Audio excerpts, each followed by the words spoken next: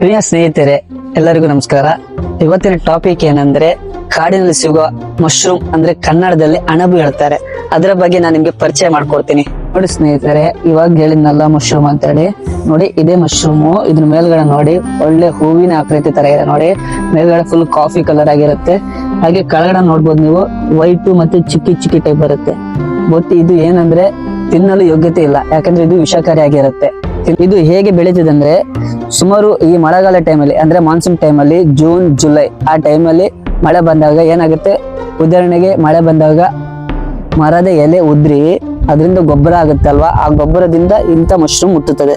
ಇದು ಹೆಚ್ಚಾಗಿ ಕರ್ನಾಟಕದ ಎಲ್ಲಿ ಕಂಡು ಬರುತ್ತದೆ ಅಂದ್ರೆ ಮಲೆನಾಡು ಪ್ರದೇಶದಲ್ಲಿ, ಉದಾಹರಣೆ ಶಿವಮೊಗ್ಗ, ಕೊಲ್ಲೂರು, ಆಮೇಲೆ ಹೊಸನಗರ, ಈ ಕಡೆ ಆಲೂರು, ಬೈಂದೂರು ಸೈಡಲ್ಲಿ ಹೆಚ್ಚಾಗಿ ಕಾಡು ಎಲ್ಲಿರುತ್ತೆ ನೋಡಿ ಆ ಏರಿಯಾದಲ್ಲಿ ಇರ್ತದೆ.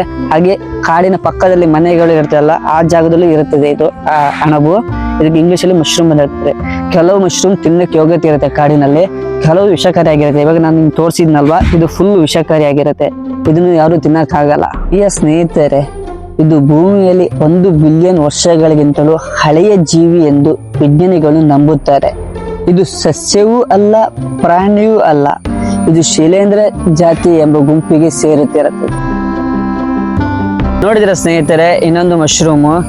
ಅದ್ರ ಬಗ್ಗೆ ನಿಮಗೆ ಮಾಹಿತಿ ಬೇಕಾದ್ರೆ ಫಸ್ಟ್ ಇದಕ್ಕೆ ಕಮೆಂಟ್, ಲೈಕ್, ಶೇರು. ಹೆಚ್ಚಾಗಿ ನನಗೆ ಕಮೆಂಟ್ ಬಂದ್ರೆ ಪಾರ್ಟ್ 2 ಮಾಡ್ತೀನಿ. ಇದ್ರ ಬಗ್ಗೆನೂ ನಾನು ವಿವರಣೆ ಕೊಡ್ತೀನಿ.